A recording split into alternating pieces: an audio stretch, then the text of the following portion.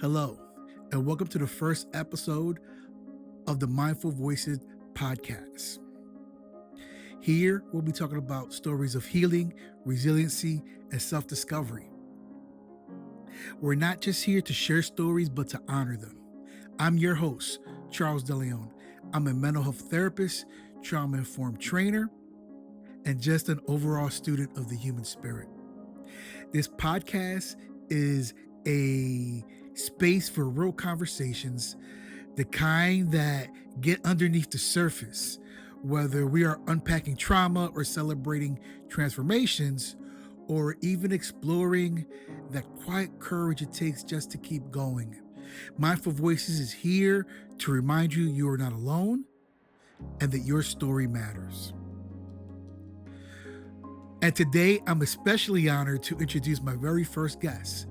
Nicole Paylor is someone I deeply respect. She brings light into spaces she walks into. She brings wisdom to her work. She is more than just her job title. She's a woman of purpose, someone who has weathered storms and found her footing and continues to show up in powerful ways. In this episode, we'll talk about her why, her purpose behind her work, the challenges that shaped her, as well as her self practices and the things that she does to recharge her batteries. Nicole gets honest about her struggles, her breakthroughs, and her sacred practice of always coming home to herself. So get comfortable, take a deep breath, and let us begin. Nicole, welcome to the podcast. Thank you so much. I really appreciate you inviting me to share my story. I'm honored to be a part. Thank you. Awesome. I know we've been talking about this podcast for a little while, so I'm thankful that we're finally able to make this happen. Me So, too. Me too. my first question, right? I think about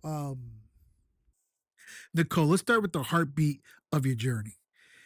Every meaningful path begins with a moment, something loud or something quiet, something subtle that tells us this is what we're meant to do. So, what do you do for a living, and how would you best describe your work? Not just your title, but the impact that you bring to the world. So I'm a social worker. Um, I have been a social worker for, oh gosh, 20 years. Um, I started in child welfare, investigating child abuse and neglect referrals. And then now I work for a large dialysis company and I work directly with patients who have end-stage kidney disease. Um, I don't know if there was an actual moment where I realized that social work was my calling. Looking back, I think even as a little girl, I was always that person. I truly believe that that was my purpose and that was gifted from God. Um, yeah, it's just something I've always kind of had within me. Um, and I couldn't imagine doing or being anything else. So you're a social worker, but you started taking abuse referrals. That's where you started at, correct? Yeah, so I And worked for Children and Youth Services where we would get referrals of child abuse and neglect. I was in the intake department, so I would go out and I do the initial investigation to determine whether the children were safe or kind of what were the next steps or resources that needed to be provided. that is a very stressful job. It definitely was. It definitely was. You definitely see some things that you're never really prepared for. But it was also rewarding too because contrary to popular belief, a lot of times children and youth services, once they become involved, they really are able to help families by providing them with resources and support to keep that family unit together and to protect the children and to help it flourish, help the family flourish. Okay, yeah. So it's true that it's not your goal to remove the child from the home. That's what everyone thinks, you just go in and take people's kids. But no, the ultimate goal, honestly, with working for children and youth services, our goal is one, to protect children and make sure that they're safe in their family environment, but secondly, to keep families together because we know that these families and children, they're, a lot of them are suffering from poverty or inadequate resources, and lack of support. And so by helping to connect them to different resources and help provide that for them, um, that sometimes alleviates some of the burden and helps to, um, you know, keep the families together and help them to grow. And how is that different from the work you do now? You work with people with end stage kidney disease. Yeah. Mm, So it's completely different. um, I work directly with patients who have end-stage kidney disease. A lot of my patients, so I started off working with children and families, and right. but the majority of my patients are older patients who, their kidneys have stopped functioning, or have very little function, and they need dialysis in order to sustain life. And that is it's a night and day from what I was doing. Working with older adults who need this medical treatment 3 days a week for 3 to 4 hours each day, um, to literally sustain life, to remain alive. So, still connecting to resources, offering support, doing psychosocial assessments, a lot of therapy type work, because it's a huge altering thing when you're diagnosed with any type of health issue. But definitely end-stage kidney disease changes your life. Yeah, 3 times a week is a lot. But for our audience who may not know what dialysis is, can you, or maybe they heard of it and they kind of know it has to do with the kidneys, but they're not sure what it is? Can you explain to us a little bit what Sure. So, dialysis is? our kidneys work every single day constantly to flush out excess fluid, and as well as uh, really the poison that our bodies cannot that's not good for our bodies, and we do that by urinating. When a patient starts going through kidney failure, sometimes they know that their kidneys are failing. Sometimes they're having trouble breathing. They end up in the emergency room and they realize that they're in kidney failure and they have to be on dialysis. And so dialysis itself is, patients come, they get a needle in their arm. Um, and you're getting the social work version, not the medical version of the Mhm. explanation, but they're connected to a machine that circulates the blood through the machine, and cleans the blood as well as gets rid of the excess fluid that they're carrying, because they're not urinating, or a lot of them are not urinating enough. And so without getting rid of the fluid and the poison and the toxins, um, they won't be able to breathe, or have trouble breathing. And they also, that those toxins stay in their system and they can get sick and die. Right. And so, yeah, it's that process, 3 days a week of cleaning out their blood and getting rid of excess fluid to, sustain their health. Yeah. And you've been a social worker at this point for about 20 years, you say, correct? Yes. Give or take, I get it. I know you started your work when you were 7. Yeah. Yeah. That's exactly right. That's exactly right. I was an overachiever, I see that. a prodigy. So, yeah, so I'm a therapist, right? So in my mind, I think I see a lot of people that fall into two categories who come into this type of work. Either one, they were just helpers and they want to get into a field where they feel like they're helping people. And two is people who kind of fell into this work because they were working on themselves and they kind of fell into this field. Which one are you, if any? Well, like I said, I think that I can't imagine being or doing anything else. I really feel like, I have faith, and I believe that God really, this was something put inside me that I kind of knew that I needed to do, or that was my calling. Right, Um, Not to say that life events and things that I've experienced haven't, um, impacted or, were part of this journey. But because I think any life event shapes you and helps you to see things differently and maybe encourages you to do things differently. Behind every purpose, I believe there's a set of challenges, things that humble us or things that we have to learn from. In your life, what was something either in your work or in your personal life that brought those challenges to you? So that question, when asked that question, I think um, a couple things come to mind. But one of the most influential challenges that I have faced was and is my battle, because I do believe I'm a warrior for what I've gone through, but my battle with irrational fears and anxiety, Mm. um, something that I've struggled with since I was a little girl. Can you tell me a little bit more about that? Yeah, so uh,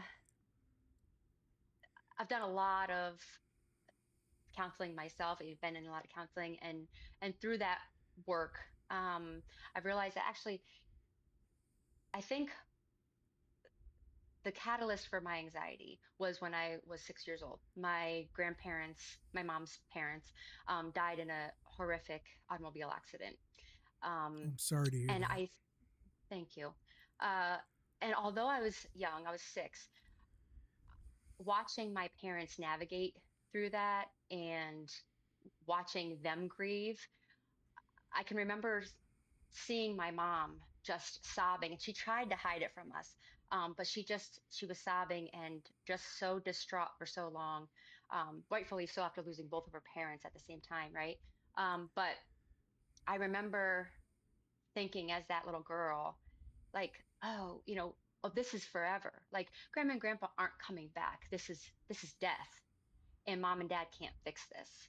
And at 6 years old, I didn't know that. That I didn't know that's what I was thinking. But looking back now, I remember watching my mom and dad navigate the whole grieving process, and um, that was my first realization of what death and like the finality of it when I was 6 years old. So I think that was the beginning of some anxiety um, and struggling with some fears around death. Mm. Yeah. Death and grieving are such difficult topics to discuss with children. I know as a parent, um, I struggled to have conversation with my children when the great grandparents passed away. Um, but these discussions, uh, I should say that I believe that every life, everything we experience in life can be discussed, right? So, um, were you and your family able to have these discussions about loss and grief?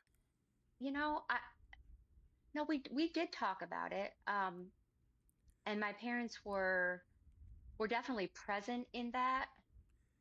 Um, I think it was a combination. Like thinking back, I think they tried to shield us a little bit, but you know, you can only shield us. We were very close to our grandparents, so Yeah, you can only shield someone's, a child so much.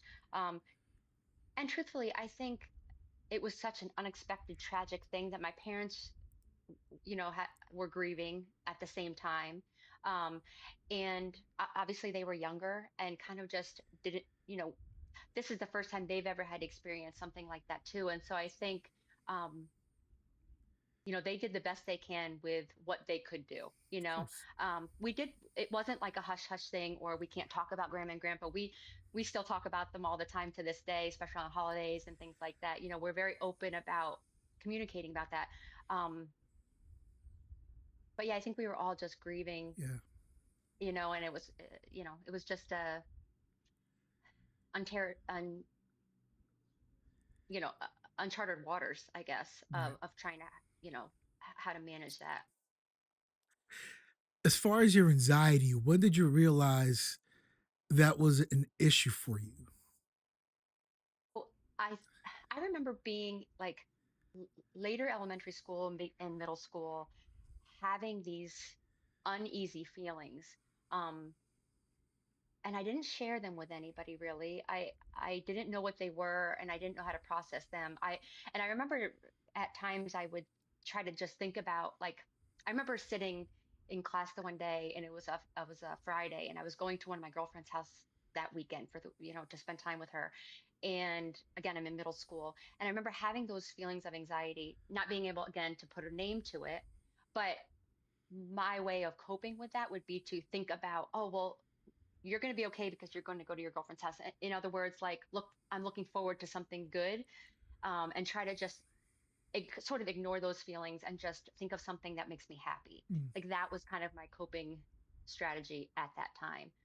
It wasn't until I was like out of college, really, and had started my first job, and I was having lunch with a girlfriend, and had, think my first real panic attack where I realized something, what's going on, what am I feeling, um, and realizing, like, okay, this is anxiety.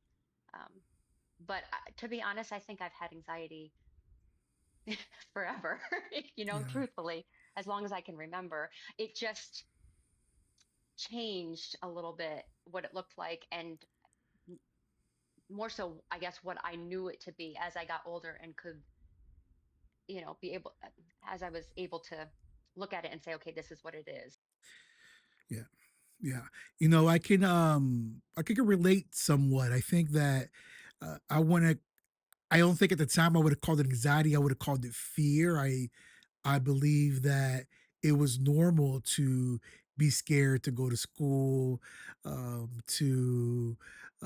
thought it was normal to be fearful of the outside world, and it wasn't until I was in high school where I realized that it wasn't normal. Yeah, so I get that. Yeah, yeah. To be honest, for the longest time, it was always anxiety, anxiety, anxiety. But I think what really was and is the issue is the irrational fears that I would have. The fears, they would be just truly irrational fears of something that was going to happen. Like I started to have a fear that I would have an allergic reaction to foods that I ate. I've never had an allergic reaction in my life, but that fear would be in my brain. Or I would fear that I was going to choke while eating. And so, sadly, for the longest time, it got to a point, it was so bad that I would really just have like scrambled eggs and yogurt and things that were soft, because I was so afraid that if I would eat something that I was going to choke. Mm, And you, from the outside perspective, you're like, that's silly. Like you don't have any allergies. Why would you worry about that? But that, I know they were irrational. Like, and that's, I think, the hardest part is knowing these fears are irrational. Like that they're not going to happen, or very little chance of it happening, but but it still affects your behavior and the choices that you make, because the fear is so strong. mm, And then it becomes control. It controlled my life. It controlled my, my happiness, or lack thereof. um, it limited my experiences because I would be afraid to do certain things or to go certain places. um, it really became like this box that I was stuck in, um, and I didn't know how to get out of. yeah. Wow. Yeah. So when did you decide that you needed professional help for this? Was it you that actually noticed, or was it somebody close to you that approached you and say, "Hey, maybe this is something"? So I've always had a really strong support, group of friends that were super supportive, and that knew exactly what was going on. Like, knew I had struggles with anxiety, with these irrational fears, and they were super supportive. And family too. Like, my family was also very supportive.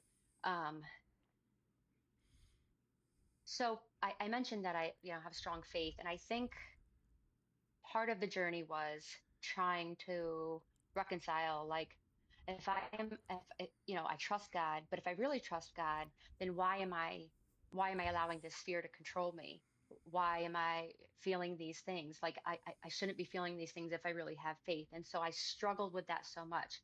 And I had thought about, so first I did some therapy, secular counseling, as well as pastoral counseling, um, to try to kind of manage what I was feeling. And And how old were you when you were doing this work?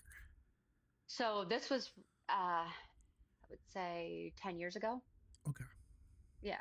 Um, I was always so against medication because I felt like if my faith is strong enough and I trust God enough, Okay. then I shouldn't need medication.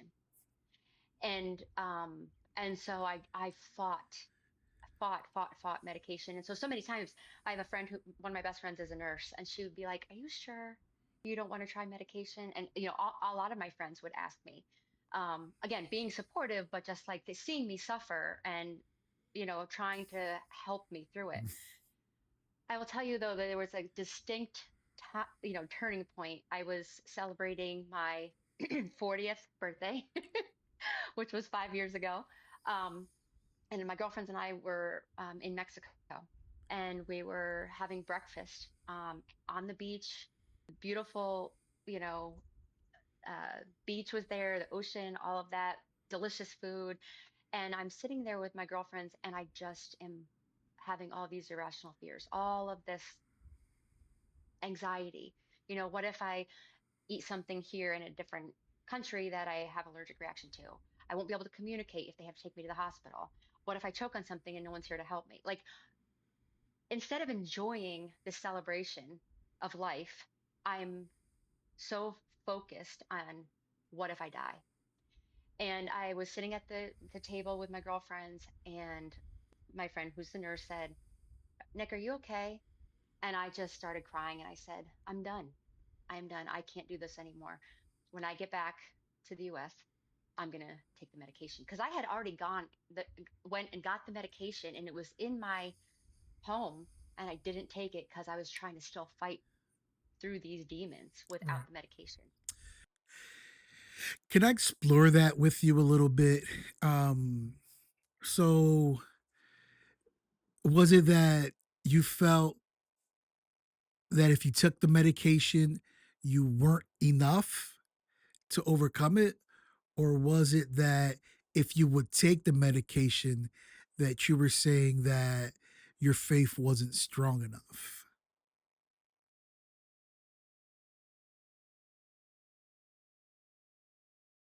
It was both. I have always been a very strong-willed little girl and then woman. Um, I kind of was, I would face things that made, scared me. I would face them, kind of try to at least head on.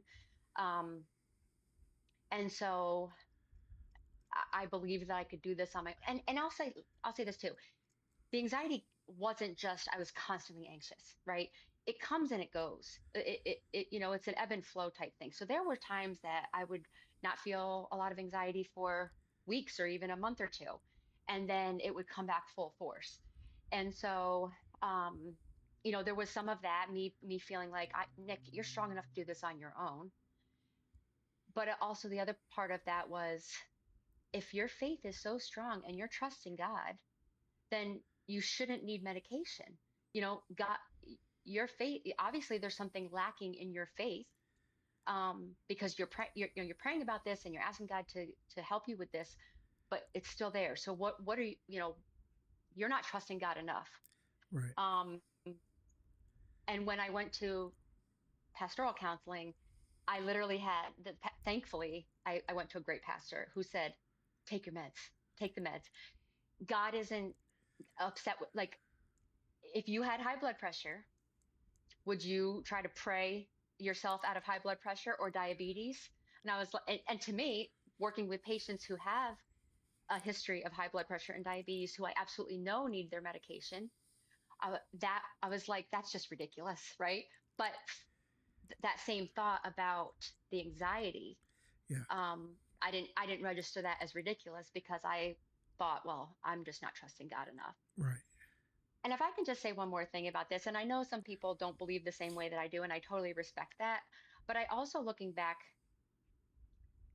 I feel like my heart and my desire to trust God and my faith to be strong enough that I didn't need the medication, I believe, the enemy sort of used that to manipulate me, right? So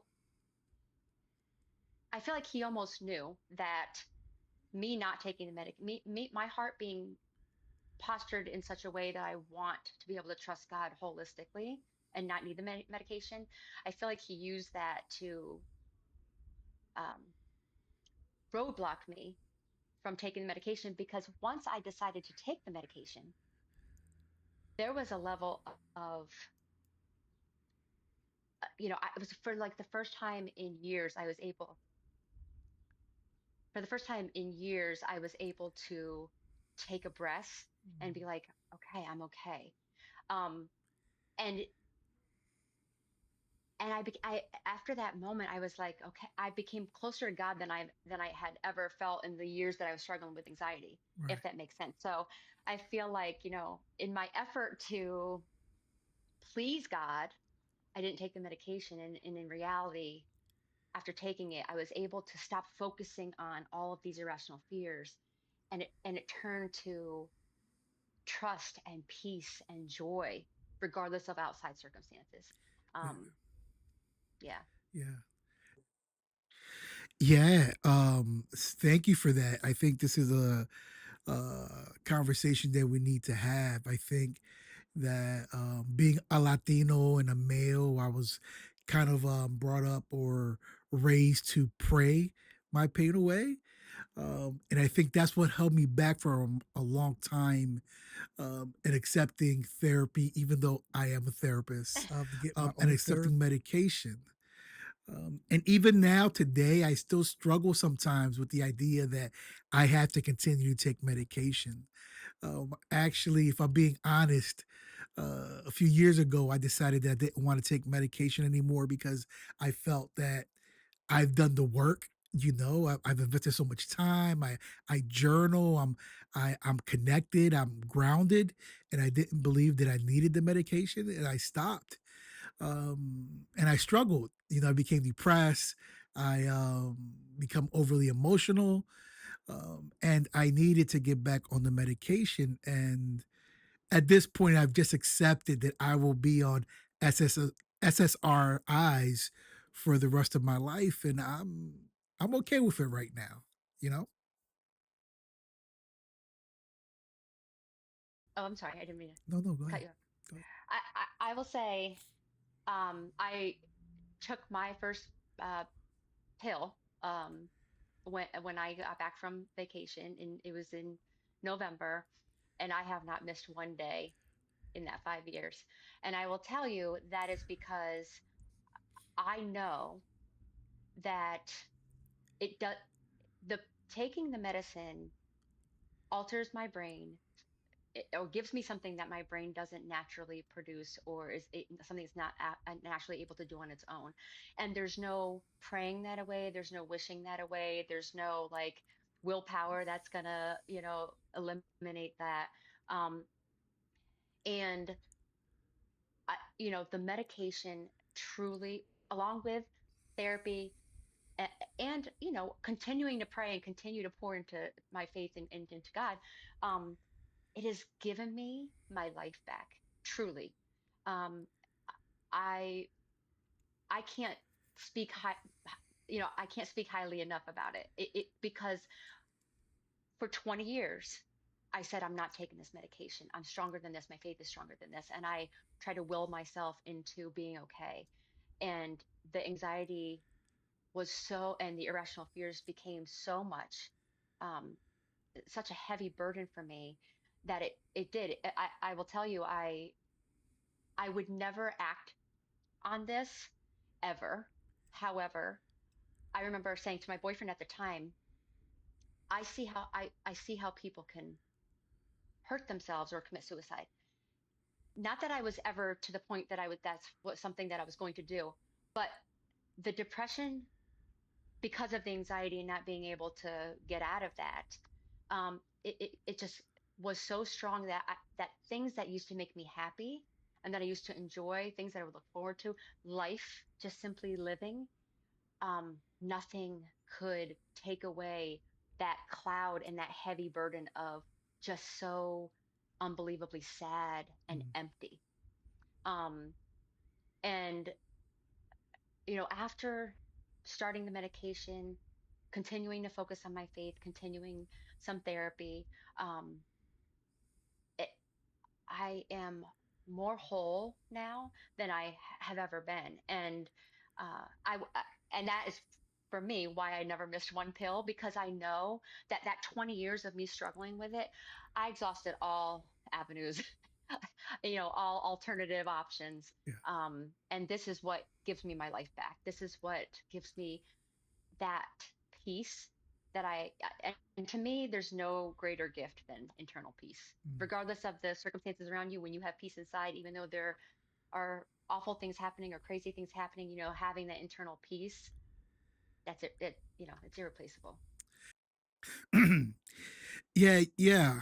Oftentimes I like to talk, and I like to, when I'm in these conversations, I tell people, um, there isn't one magic pill, and I think that sometimes people of faith use religion as this magic pill, and I believe like the opposite is true. I believe that when you're a person of faith and you decide to um, follow the teaching of Jesus, life becomes more difficult because more is expected, not less. But I do like this holistic approach. I do believe that prayer and worship and making sure you're taking care of your spiritual side is a key component to a holistic approach to healing. But I also want to get your take and transition into self care. Um, I think that when people hear self care, they believe maybe a bubble bath. I'm gonna treat myself to a nice steak dinner. I'm gonna have a massage, and those things can be self care. I'm not saying they're not, but I think thinking of self care in a holistic approach, um, I think there's 6 areas of self care that we need to pay attention to, or realms. And I'd like to explore that with you, and the things you do to take care of yourself emotionally, practically, physically, socially, and of course, spiritually. So let me ask, what does your self care look like emotionally, and how do you tend to your feelings in a world that sometimes tell us to push them aside?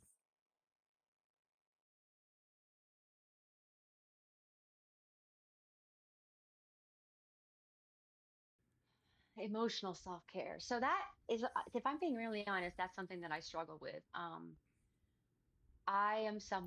an empath. I feel deeply. And there's a lot of stuff happening in this world right now. And it's silly, but I have a dog, and sometimes I'm like, man, I wish I could be you, because she doesn't know what's happening. I think just being conscious in a world that feels so heavy right now. Um, eh, if you're an empath, it's like tearing at your soul. Um, and so I think sometimes I struggle with um, taking a step back, uh, shutting off a little bit, Mhm. getting away from social media, That's not a big watching the one. news. That's a big one. Yeah, yeah. Um, there are times that I'm literally like, okay, I'm not looking at this on, I'm not looking at social media. I'm going to turn on a movie. I'm going to I love to go, there's a local park, and I take my dog and we go for a walk. Um, I guess that's more of the physical, but just kind of getting into nature sometimes. I love Well, to do that. some of these things overlap, so it's not like there's strict realms. And since you mentioned physical, let's talk about that. Sometimes, or most of the time, when I see you on social media, it's you getting up 6 in the morning, hitting the treadmill, going to the gym. Um, Very motivating stuff. So, well, first of all, I need to clarify and correct you, sir, because I get up at 4:30 to get to Oh, the gym my by apologies. 5:30. Okay. So let's, no, I'm teasing, but that's the truth. I really do. Um, so, for me, that is definitely self-care. Working out, I always say that, I'm a run junkie. Running in the gym, they're my drugs of choice. Um, but that stems from, I've struggled with weight, being overweight for my entire, so I remember being on my first like diet in kindergarten or wanting to lose weight in kindergarten. So it's something I've Wow. struggled with. And I come from a family that also has many of those same struggles. My mom, my sister, my brother all have struggled with weight or still struggle with weight to some degree. So it's something that I've sort of, well, not sort of, I've definitely struggled with my whole life. Um, I was once about 80 pounds heavier than I am now. And Congratulations. That's a lot of hard work there. um, had tried so many times to, well, if I'm being really honest, there was a period of time where I would just try not to eat. Mm. There was a time that I would eat, but I would take um, laxatives to try to get rid of the food. And there was just this desire to be um, the society's standard of beauty, which was at that time when I was much younger in my high school years and early 20s. It was Victoria's Secret model, very skinny, very thin. That So, I just wanted. so your worldview, was it because of the media? Was it closer to home? Was it because of school? In terms of like what. I'm wanting to be that Victoria's Secret skinniness. So at that time there was no social media when I was in high school. And Yeah, yeah. No, you're right. But by media, I meant TV or magazines and stuff absolutely, like that. absolutely. And truthfully, I was always the biggest girl or one of the bigger girls or like heavier set girls in school. All of my friends were super thin. And I never really had a boyfriend until I was later teen years. And so, it was always something being the bigger girl, not being skinny, not being able to share clothes with my friends because I was always, larger than they are, or they were. And so, and there was just, yeah, the magazines, we women or young girls were just told that being as small as possible or as skinny as possible, that's what was beautiful and that's what was attractive, and that was the standard. Yeah. Yeah, I remember like when I was in high school, like all the ladies in the magazines were airbrushed to be super thin. And when you would see their pictures, they were already gorgeous. And I would wonder why, they were making them super thin. And I think now we've come to the point where a more realistic body, somebody who's thicker and curvier, is more acceptable. But I think that whatever you're comfortable with, whatever body type you're comfortable with, as long as you're healthy, that's all that matters. You know what else? Like we all have different body types. If we're going by the BMI, I'm like morbidly obese. I'm 5'10" and I should be like 185 pounds, but I haven't been that since my Marine Corps days. So I think realistically for me now, somewhere between 210 and 230 is probably something that I'm aiming for. Um, but I think that people just need to be healthy and be conscious about making sure they're moving and that they're eating appropriately. Absolutely, absolutely. Yeah, it's something that like I said, I just wanted to be as skinny as I wanted to be skinny. I wanted to be that standard of beauty. um and in trying to do that, I honestly did it all the wrong ways, like trying to, drastic calorie limitations, taking laxatives, things like that. And it was just and then binge eating when I felt like a failure, because that's not sustainable, right? All right. um the There was a turning point for me though, when I decided that being thin wasn't the goal, but being healthy was the goal. And that was, my dad had a heart attack. Um, And he wasn't really over, like very overweight at all. He was a little bit, had a little bit of weight, um, but he had a heart attack. And I remember going to see him in the hospital, and he was laying in the hospital bed, and I sat next to him. And it was just he and I there at that time. And he held my hand and he said, Nikki, I am so sorry that I didn't take better care of myself when I was younger. And now I'm putting your mom and you kids through this. And that was my turning point. That was the aha moment that made me say, I want to be thinner, but I want to be healthy. Mm. I don't want to be in a hospital bed apologizing to my family that I didn't take better care of themselves. I don't want to not, grow old gracefully and be able to still be active and fit and healthy as I got older. And so that was really the turning point that um, made me look at what I was doing and say, okay, I need to do this in a healthier way. Like I need to eat, but I need to do it in the right way. And being in the gym is something that being in the gym really does give me a sort of high. I just feel so. You look very excited when put on those videos and you're sweating and you're got accomplished. You definitely look at home for sure. Yeah. And I think when I see other people share some of that stuff too, that's like I won't feel like going one day because let me tell you, even though it's my drug, sometimes I'm like, oh, it takes everything in me to get there, right? But I've never got, been sorry that I did a workout. Mm. I've never regretted doing the workout. And sometimes I'll be like, oh, I don't want to do this. And I'll see somebody post something. And I'm like, all right, Nick, get up, let's go. And so, and I know how that struggle with that weight, because it's not just the physical weight. It is everything, the insecurities and Right. um, all the things that come along with just not being happy in your skin, not being comfortable in your own skin, Right. not being confident, not loving who you are, you know. And so it became this the self care that became that a necessity for me. And sharing it, one, it keeps me accountable, right? If people are like, I haven't seen you post in a while. um, but also, I get a lot of messages from random people just saying like, oh, can you help me with this? Or can you give me some pointers on this? Or gosh, do you ever take a day off? Or you're encouraging or you're inspiring or and that feeds my soul. That Yeah. that helps me to keep going too. That puts the fire back under me. Like, hey, Nick, people are seeing this, seeing you do this, and you're encouraging them. And so then it encourages me. And it kind of is like a back, reciprocate.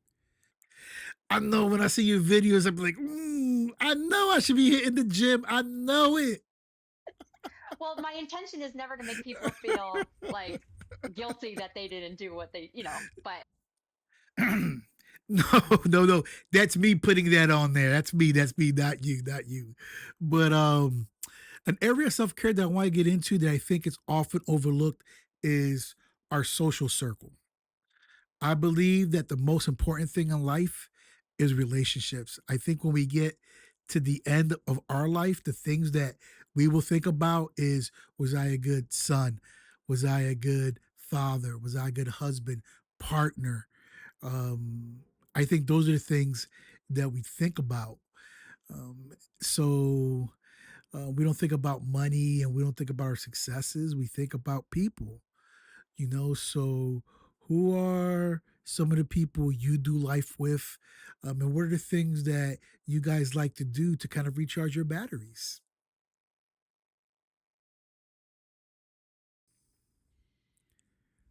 Yeah, I'm very blessed with family that I literally I at 45 I FaceTime with my parents at least 3 or 4 times a week.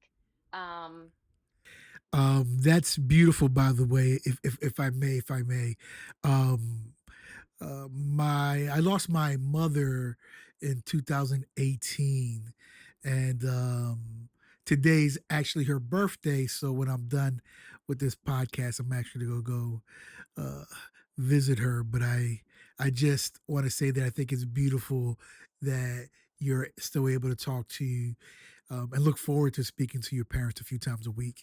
yeah. So that after so my dad having a heart attack years ago, and then he actually was only a year ago diagnosed with colon cancer. um, he had surgery, he had the cancer removed, and by the grace of God, he did not need a colostomy bag. He did not. He doesn't need any cancer follow-up treatments. He's going to be continuing to follow up to make Of sure he's course. okay and get scans and stuff. But the actual, like, he doesn't need any chemo or anything like that. That's great Um, news. so That's yeah, great so news. just having seen my dad, watched my dad go through some health issues, um, really, along with just having good relationship with them anyway, with my parents anyway, but just realizing how life, how fragile life is. I'm someone that I look, I don't ever want to live with regret. I don't ever want to, as much as possible. And so I don't want to say, oh, I just wish I would have talked to them more often. Yeah. So my parents, I talk to regularly. I couldn't ask for more supportive parents. Um, and my sister and her daughter, who's an adult, uh, but she and I are, my sister and my niece and I are extremely close. Daily text messages, if not more than daily text messages, FaceTime calls, things like that. So I have a strong support there with my family, and then I have a good, tight, close group of girlfriends who are like more like sisters to me, to be honest. And we all have our own lives. One of my girlfriends doesn't live, she lives in Virginia, so she's not, I'm in the Philly area, so she's not as close, but we could go weeks without talking and then pick up right where we left off. And so I think just those, that the close friends who are really like family, and then my actual family, Yeah. that's just that social uh, safety net that I need, in order to Awesome. keep me going when I'm struggling. Yeah. Yeah. Cool. I would ask what you do for your spiritual self care, but we've kind of been talking about it through the whole podcast. So I think I know what you do for your spiritual self care. But I would like to transition a little bit to thinking about the future. I believe that we're all writing our own legacy every day. Um, and, when your legacy is written, what would you like people to know about you or about your work? I think the most important thing is that I create space for whoever's in my presence or whoever I'm talking with. I give them, I allow space for them to feel comfortable being exactly who they are. Um, I've always been an empath. I've always been, when I was younger, people would say, "Oh, you're so sensitive," or "That shouldn't bother you so much," or "Why are you, you're so emotional?" And it was almost like a negative thing, Yeah. right? It made people uncomfortable. And in that, so then I tried to minimize or alter my sensitivity or exactly who I was because for others' comfort. And it wasn't until I did all the, healing, which I say do all the healing, which that's a forever journey for the rest of my life. Healing is not this arrival at something, but it wasn't until I started healing, taking medication for my anxiety, um, praying, doing therapy, kind of writing out my feelings and things like that. It wasn't until I got to that point that I was like, I'm going to be me unapologetically, whether or not that makes others uncomfortable. As long as I am respectful of others, I'm going to be exactly who I am. And because I felt like I had to alter who I was for so long for the comfort of others, I never want someone to feel like they can't be exactly who they are in the space that they're in when they're with me. Right. And so um, yeah, just creating a space where anybody who's with me can be exactly who they are and share with me things that they want to share without feeling um, judged or like they have to alter who they are. I think that's the most important thing. That's the best gift you can give somebody, is that space. I like that. If you could whisper something to your younger self, what would it be? This makes me emotional. um, Why? You're Mm. worthy and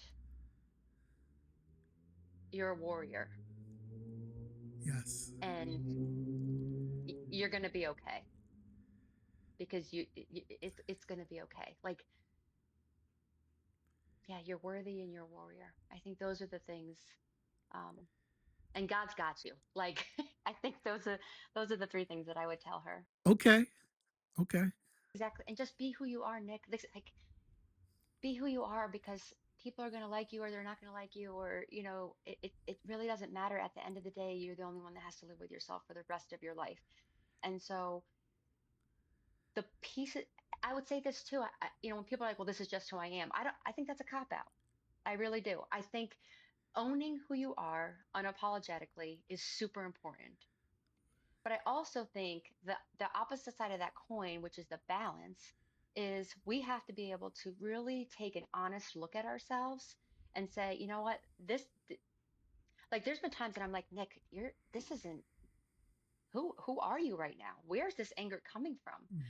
You know, like check myself, Right. because I want to grow and be better every single day. And the only way that we can do that, I believe, is that you recognize and acknowledge that you have shortcomings, that there are things that you can work on. So I think being unapologetically yourself while also never being comfortable being mediocre or just this is who I am, when you know that there are areas that you can improve on, or that maybe not even improve on, but that there are areas in your life that are unhealthy and um, that are not good for you, whether that be your eating or your anger or a relationship, right? So whatever that looks like for each individual person, that's going to be different. But really, just being you unapologetically while continuing to work on you.